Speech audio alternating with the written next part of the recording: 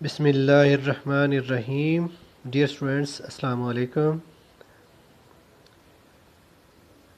Today we are going to start our first lecture, Subject English, Class 9th, Lecture number 1, Unit number 7, Sultan Ahmed Masjid.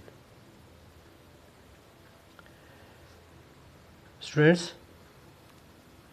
first of all, you can see the translation meanings, words meaning of paragraph number 1, 2 and 3.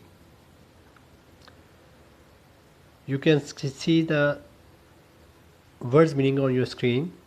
You can take screenshot from here and memorize it. After it, we will start our translation of paragraph number 1.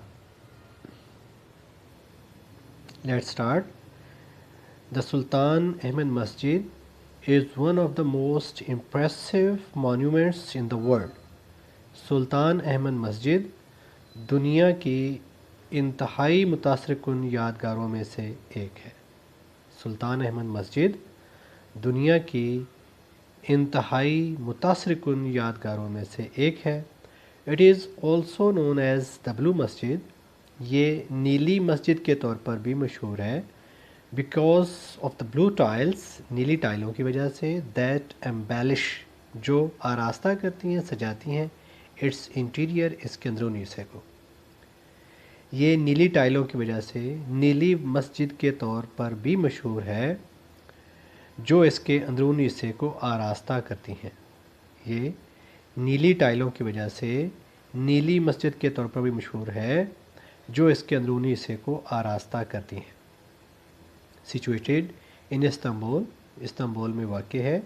The largest city in Turkey and the capital of Ottoman Empire from 1453 to 1923.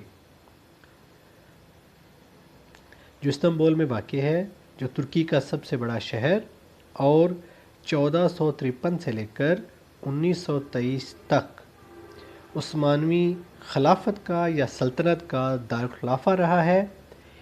It has become the most popular tourist attraction. یہ سیاحوں کی توجہ کا مشہور مقام بن چکی ہے.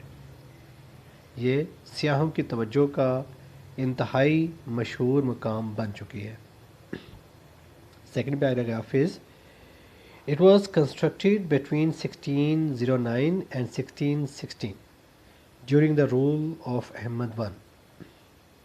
یہ 1609 اور 1616 کے درمیان احمد اول کے دور حکومت کے دوران تعمیر کی گئی تھی.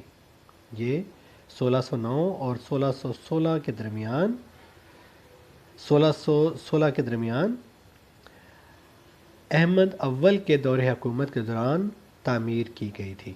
ایز واز دا کسٹم, جیسا کہ روایت تھا, دس مسجد لائک دا ادر مساجد آف دا ٹائم, جیسا کہ روایت تھا, یہ مسجد اور اس زمانے کی دوسری مساجد کی طرح کمپرائزز, مشتمل تھی, ٹوم آف دا فاؤنڈر, بانی کے مقبرے پر, مدرسہ, ایک مدرسے پر, اینڈ ہاؤس پائس, اور ایک مسافر خانے پر.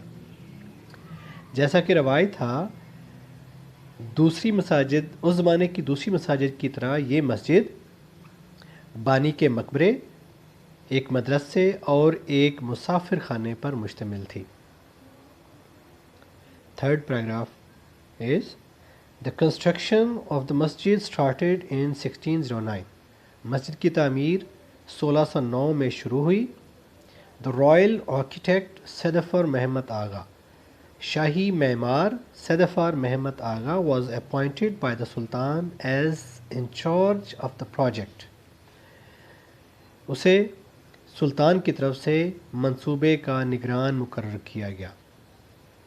شاہی معمار صدفر محمد آغا کو سلطان کی طرف سے منصوبے کا نگران مقرر کیا گیا. The opening ceremony was held in 1616. افتتاحی تقریب 1616 میں منعقد ہوئی. Unfortunately, بدقسمتی سے the Sultan could not see the completion of the masjid in his life.